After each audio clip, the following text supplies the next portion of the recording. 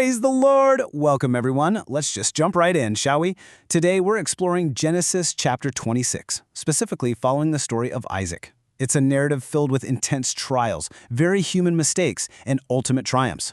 By the end of our time together, we'll see how this ancient story of survival actually provides a surprisingly sharp blueprint for our modern lives. We're doing a real deep dive into biblical history today, and man, it carries some massive spiritual and practical weight. We're looking at a text that has encouraged people for literally millennia, and we're going to extract the wisdom from these pages to see how God's faithfulness shows up, even when everything around us seems to be totally drying up. Now, I want you to think about something right off the bat. How do you actually respond when your hard work is unexpectedly sabotaged? Seriously, imagine you've spent years building a business, cultivating a career, or nurturing a project, and suddenly you face unfair opposition, a sudden loss, or a hostile environment that tries to bury all your progress. What is your next move? Keep that in the back of your mind as we look at Isaac's situation today. Okay, so what's super fascinating here is the context that kicks off our story. Genesis 26 opens with a severe famine in the land. I mean, this is a life-threatening crisis. Isaac is forced to seek refuge with King Abimelech of the Philistines in a place called Gerar. But right in the thick of this crisis, God gives Isaac a very specific command. He says, "Do not go down to Egypt. Live in the land where I tell you to live." And this, right here, brilliantly illustrates that crazy tension we all feel during a crisis. On one hand, we see the human instinct. Flee to Egypt. Egypt had the Nile. It was the logical, reliable place to survive a drought.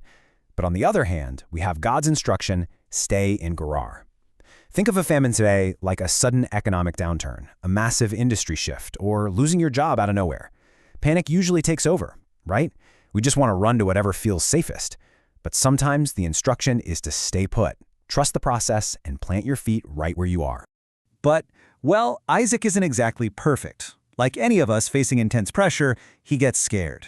He looks around at the men in Gerar, realizes his wife Rebekah is beautiful, and he panics. He tells everyone, "She is my sister." It's a lie, sure, but it's driven by a very relatable, human anxiety. He was terrified that the locals would murder him just to take his wife. It really shows us that even the great figures of history struggled with fear in hostile environments. But you know, the truth always comes out, right? King Abimelech happens to look down from a window one day and sees Isaac caressing Rebekah. The gig is up. The king immediately summons Isaac and confronts him, saying, "She is really your wife. Why did you say she is my sister?"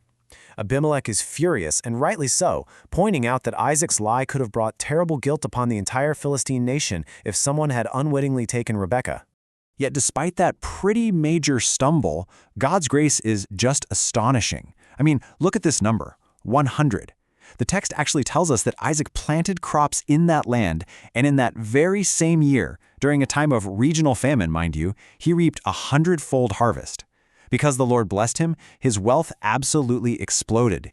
He gained massive flocks, herds, and a huge number of servants. But as we all know, extraordinary success usually breeds extraordinary envy.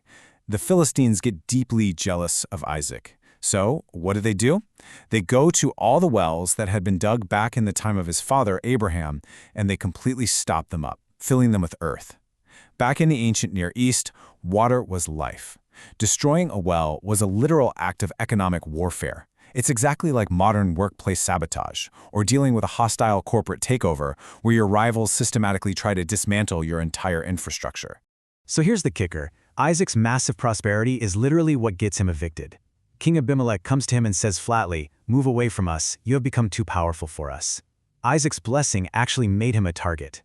Now, instead of fighting a bloody war over his legal rights to the land and the wells, Isaac makes a really profound choice. Let's look at how this builds into just a phenomenal lesson on persistence. Isaac peacefully packs up his whole operation and moves down into the valley of Gerar. He starts reopening his father's old wells, but the local herders claim the water. So what does he do? His servants dig a new well. The locals fight over it. He digs another one. They fight over that one too. Finally, he moves again, digs a third well, and this time, there's no fight. It's actually super fascinating to look at the progression of the Hebrew names Isaac gives to these wells. The first he calls Esek, which means dispute. The second is Sitna, meaning opposition. But that third one, the one they didn't fight over, he names it Rehoboth, saying, "Now the Lord has given us room and we will flourish in the land." The narrative powerfully shifts from bitter conflict to this spacious blessing. And this brings us to a huge takeaway for us today, finding your Rehoboth. Sometimes, engaging in endless warfare over Ezek and Sitnah, the disputes and the opposition, it just drains your resources. Reaching your Rehoboth is like finally finding a successful career pivot, untouched intellectual property, or a thriving new market after enduring intense professional sabotage. Isaac didn't let the stopped-up wells stop him. He just kept digging until he found room to flourish. From there, Isaac heads up to Beersheba, and that very night, God appears to him to reaffirm the promise, saying, "I am the God of your father Abraham. Do not be afraid, for I am with you." God promises to bless and multiply him. In response to this incredible comfort, Isaac builds an altar, pitches his tent, and, you guessed it, his servants start digging yet another well.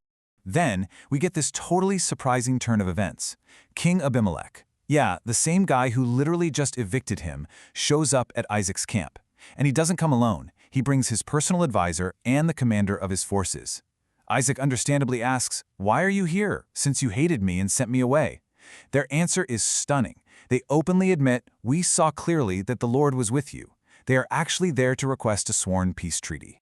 Now, Isaac's response is just an incredible display of grace. He doesn't gloat, he doesn't seek revenge. Instead, he throws a feast for them. They eat, they drink, and early the next morning, they swear an oath of peace. That exact same day, Isaac's servants come running to tell him they've struck fresh water in the new well. Isaac names it Sheba, which means oath or seven, which actually gives the famous town of Beersheba its name. Right before the chapter closes, there's this brief, incredibly realistic little detail. We're told that Isaac's son, Esau, marries 2 Hittite women, and they become a source of deep grief to Isaac and Rebekah. It's a sobering reminder that even after great public, professional, and spiritual victories, family challenges and real-life complexities, well, they continue. The story doesn't tie up every loose end perfectly, which honestly makes it all the more authentic to our own lives. Moving into our final section, 3 steps for today. Here's what we're looking at. Step 1, obey during famines. Step 2, persist through stopped wells. And step 3, make peace with your Abimelechs. So step 1, stay ethical and obedient even during a financial crisis or a job loss. When the famine hits, the urge to flee to Egypt, to cut corners, to panic, to abandon your values for a quick fix is overwhelming. But just as Isaac was told to stay in Gerar, sometimes your greatest 100-fold blessing actually comes from trusting the process, holding your moral ground, and being perfectly faithful right where you are planted. Step 2 is all about resilience. Calmly pivot when your project is completely derailed by workplace politics. When the Philistines of your life throw dirt in your wells, it is infuriating, no doubt about it. But don't waste your precious energy fighting bitter wars over Esek and Sitnah. If one avenue is blocked by opposition, pick up your shovel, move forward, and persistently dig until you find your Rehoboth, that wide-open space where you can finally flourish. And finally, step 3.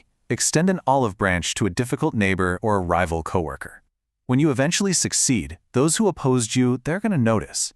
When your Abimelech comes back to you, you have a choice. You can seek vengeance or you can host a feast. Isaac's willingness to make peace with the very people who evicted him is a perfect, actionable model for neutralizing modern-day rivalries and protecting your own peace of mind. So as we wrap up, I want to leave you with this thought. Look at your own life right now. What is your current famine? Where's the pressure trying to force you to run? And more importantly, despite the opposition and the literal dirt thrown into your work, where are you faithfully digging your well today? Keep digging, guys. Your Rehoboth is out there. Thank you so much for joining me to unpack this incredible text today. If you found this explainer helpful, and if it gave you some clarity on how to navigate the famines and the stopped-up wells in your own life, please make sure to like, share, and subscribe. It really helps us bring more focused, structured explainers just like this one directly to you. Keep learning, keep digging, and I'll see you in the next one.